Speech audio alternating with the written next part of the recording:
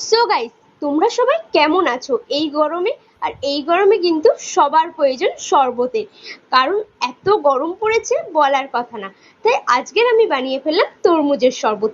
আর তরমুজের শরবত কার কার খেতে ভালো লাগে সেটা আমাকে কমেন্ট করে জানিও। আর তরমুজের শরবত খেতে কিন্তু প্রায় ছোট থেকে বড় সবারই ভালো লাগে। তাই আজকের বানিয়ে ফেললাম তরমুজের শরবত। আর গাইস, তরমুজের শরবত বানাতে গিয়ে ফার্স্টে কিন্তু ছোট ছোট করে তরমুজগুলো আমি কেটে নিয়েছিলাম। তার মধ্যে সামান্যটুকু চিনি, নুন আর চাট মশলা দিয়েছিলাম। আর তার মধ্যে একটুখানি জল দেওয়ার পর মিক্সিতে ভালো করে নিয়ে আমি গ্লাসের মধ্যে সার্ভ করে নিলাম। আর গাইস, তোমাদেরকে আরেকটা কথা বলে দিই, তোমরা কিন্তু চাইলে একটুখানি লেবুটা অ্যাড করতেই পারো। আমি কিন্তু লেবুটা অ্যাড করেছি, আর লেবুটা না দিলে একটুখানি টক টক লাগে। আর গাইস, তোমরা কিন্তু গ্লাসের মধ্যে লেবুটা দিয়ে জলজিরাটাও দিতে পারো, দিলে কিন্তু টক মিষ্টি সমস্ত কিছুই তোমাদের লাগবে শরবতটার মধ্যে। আর তোমরা যারা যারা চাও না জাস্ট শুধু শরবতটা খাবে, টক লাগবে না, তারা দেবে না, নো প্রবলেম। কিন্তু টক টক মিষ্টি মিষ্টি শরবত কিন্তু ব্যাপক লাগে। তারপরে দেখো, এখানে আমার শরবত পুরো প্রায় রেডি হয়ে এসেছে। তারপরে একটা ছাঁকনির সাহায্যে নিয়ে আর চামচের সাহায্যে নিয়ে ভালো করে ছেঁকে নিয়েছিলাম। নেওয়ার পর দেখো, এখানে কিন্তু আমার প্রায় শরবতটা রেডি হয়ে গেছে। আর এই গরমে তরমুজের শরবত খেতে অসাধারণ লাগে।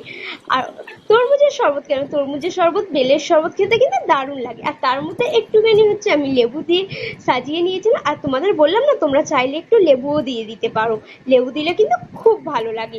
তাহলে আজকের শরবতটা তোমাদের কেমন লাগলো? আর তোমরা কারা কারা এমনি গরমকালে তরমুজের শরবত করে খাচ্ছ, তারা আমাকে কমেন্ট করে জানিও তো। আর তোমাদের ওখানে গরমটা কত, তোমরা সেটাও আমাকে কমেন্ট করে জানিও।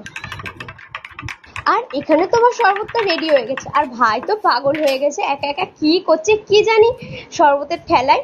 চলো এবার শরবতটা আমরা খেয়ে নিই, কেমন হয়েছে দেখা যাক।